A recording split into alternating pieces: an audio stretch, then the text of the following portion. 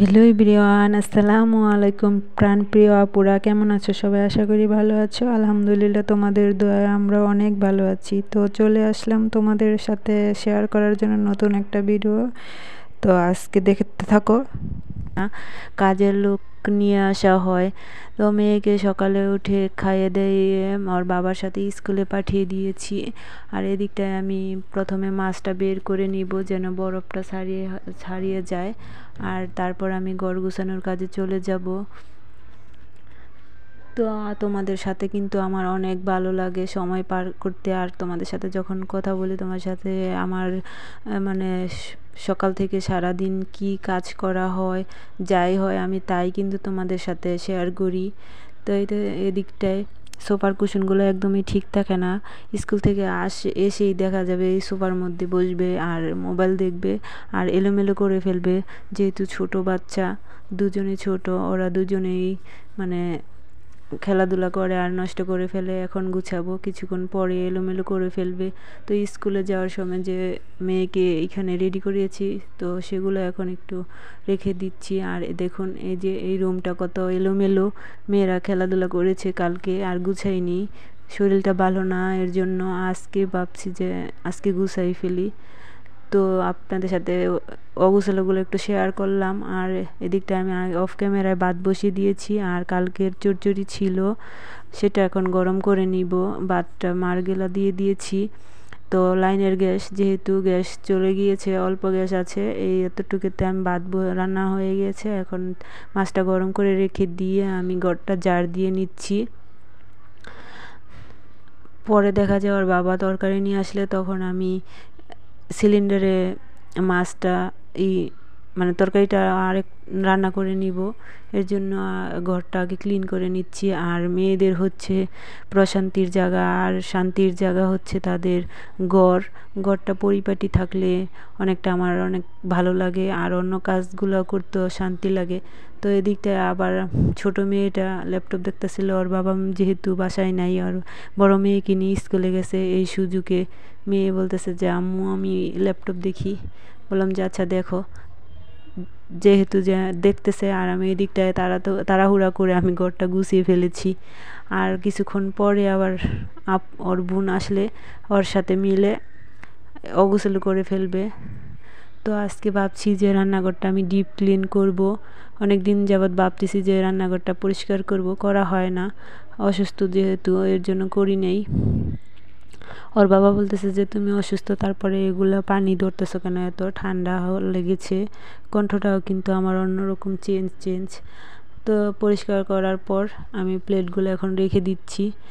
RFL থেকে এই র্যাকটা আমি কালকে নিয়ে আসছি, আগেরটা ভেঙে গেছে আর এটা নিয়ে আসছি। আমাদের যাই সামর্থ্য তা দিয়েই ঘরটাকে গুছিয়ে রাখার চেষ্টা করি।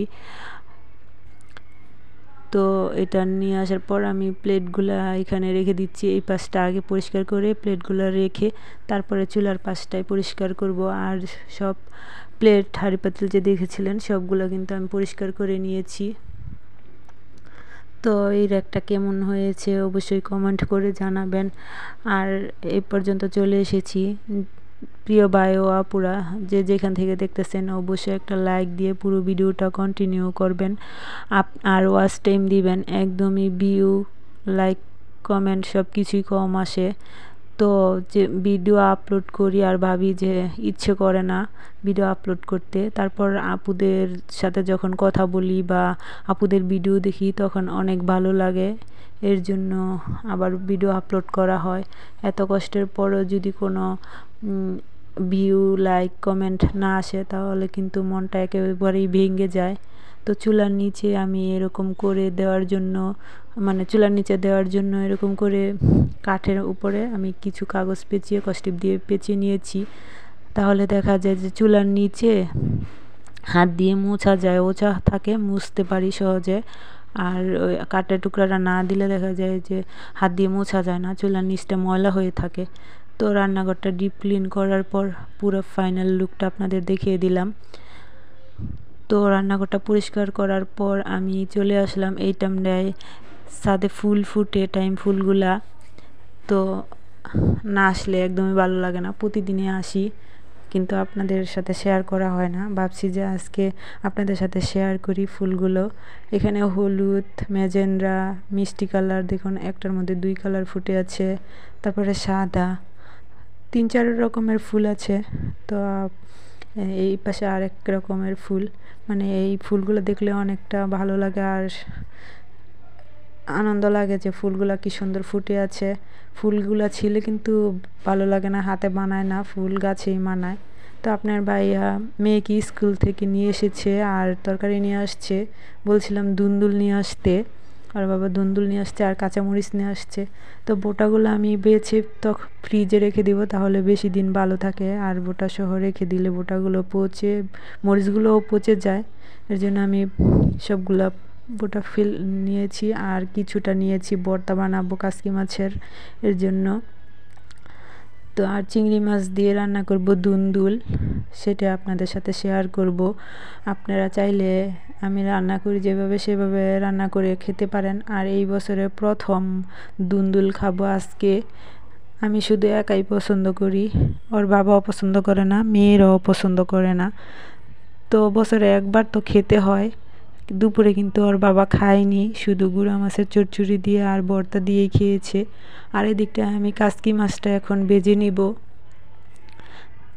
আগে ভর্তার মশলার উপকরণগুলো আমি ভেজে রেখে দিয়ে তারপর তরকারিটা বসিয়ে দিব। তরকারিটা বসিয়ে দিয়ে বসা অবস্থায় তো রান্না করতেছি। নিচে চুলা, উপরে যেহেতু স্পেস নাই এর জন্য নিচেই রাখা হয়েছে। ঢাকা শহরের রান্নাঘরগুলো দেখা যায় ছোটই থাকে, এই জন্য নিচে রাখা হয়েছে। তো শুটকিগুলো ভাজা হয়ে গিয়েছে, এখন আমি পেঁয়াজ, মরিচ, রসুনগুলো এখন ভেজে নিচ্ছি। ভর্তার উপকরণগুলো নামিয়ে এখন আমি চিংড়ি মাছ দিয়ে দুন্দুল রান্না বসিয়ে দিব। তো নামিয়ে নিয়েছি, এখন তেল দিয়ে পেঁয়াজ দিয়ে পেঁয়াজটা একটু হালকা ভাজা হলে আমি চিংড়ি মাছটা পেঁয়াজের সাথে ভেজে নিব। তেলের সাথে ভেজে নিলে দেখা যায় পানিটা শুকিয়ে যায়। এই তো আমি ভেজে নিয়েছি। আর আমি মশলাগুলা প্রথমে পানির সাথে অ্যাড করে নিয়েছি, হলুদ, মরিচ, রসুন, লবণ, ধনিয়া সব কিছু অ্যাড করে নিয়েছি। এখন দিয়ে দিব, যেহেতু তাড়াহুড়া করে রান্না করতে হবে এর জন্য আগে থেকে ওইটা একসাথে করে রেখেছিলাম। আর এই তো দুন্দুলগুলো দিয়ে আমি ঢাকা দিয়ে রেখেছি। এখন আমি ভর্তা করতে চলে যাব। বললাম না, বসে রান্না করলে একটাই উপকার হয়, মানে ভালো হয়, একটা বসিয়ে দিয়ে অন্য কিছু করা যায়। এজন্য বসে ভর্তাটা করা হয়ে যাচ্ছে। আমার রান্নাঘরের উপরের সাইডটা কিন্তু স্পেস কম, এর জন্য নিচে বসেই করা যায় ভর্তাটা। তো প্রথমে আমি কাসকি মাছগুলা বেটে নিয়েছি। আমি কিন্তু পুরো মিহিম করিনি, একটু আস্তে আস্তে রেখেছি। এরকম করে কিন্তু হাতেও বানানো যায় আর মিহিম করেও বানানো যায়। আমি একটু আলতো আলতো করে বাটতেছিলাম, দেখুন ভর্তাটা হয়ে গিয়েছে। আর ভর্তা দেখে যদি কারো মুখে পানি আসে তাহলে কিন্তু আমি আর দোষ না। অবশ্যই কমেন্টে জানাবেন ভর্তাটা কেমন হয়েছে। অনেক বেশি মজা হয়েছিল দুপুরে গরম ভাত দিয়ে খেতে। তো ভর্তাটাও হয়ে গিয়েছে, এদিকটা আমার তরকারিটাও হয়ে গিয়েছে। এখন আমি টেবিলে রেখে দিব। টেবিলে রেখে দিয়ে মেয়েদেরকে গোসল করিয়ে খাইয়ে ঘুম পাড়িয়ে দিব। তো প্লিজ সবাই আমাকে সাপোর্ট করবেন। আপনাদের সাথে কথা বলতে বলতে কখন যে সময় হয়ে যায়। আর আপনারাও আমার একটা পরিবার, আপনাদের সাথে সময় দিতে পারলে আমার অনেক ভালো লাগে। আর একটা কথা, ভিডিও আপলোড করার সময় অনেকটা সময় নেয়, অনেক দেরি হয়। আগে এত বেশি সময় নেয় না, আধা ঘন্টার ভিতরে হয়ে গিয়েছে। এখন কিন্তু হয় না, 2 ঘন্টা সময় লাগে আপলোড হতে। আপনাদের কার এরকম হয় এত বেশি সময় লাগে আপলোড হতে, কমেন্টে অবশ্যই জানাবেন। প্রিয় ভাই ও আপুরা, তোমরা তো আমার পরিবারের একজন, আমি কিন্তু তোমাদের নিজেরই ভাবি। তোমরাও আমাকে সাপোর্ট করবা যেন আমি সামনের দিকে এগিয়ে যেতে পারি। এই তো তোমাদের সাথে কথা বলতে বলতে আমি বিকেলে ঘুম থেকে উঠে মেয়েদের জন্য নাস্তা বানাচ্ছিলাম। তো বিকাল হলে একটা চিন্তা, বিকালের নাস্তায় কী তৈরি করব। তো নিমকি বানিয়ে দিচ্ছিলাম আজকে।